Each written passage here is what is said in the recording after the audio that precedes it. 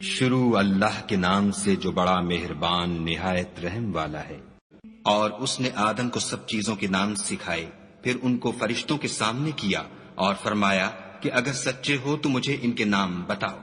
انہوں نے کہا تو پاک ہے، جتنا علم تو نے ہمیں بخشا ہے اس کے سوا ہمیں کچھ معلوم نہیں، بے شک تو دانا اور حکمت والا ہے۔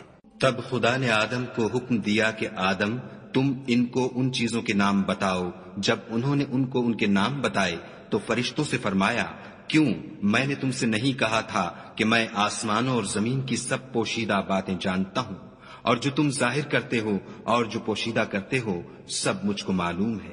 اور جب ہم نے فرشتوں کو حکم دیا کہ آدم کے آگے سجدہ کرو تو وہ سب سجدے میں گر پڑے مگر شیطان نے انکار کیا اور غرور میں آ کر کافر بن گیا۔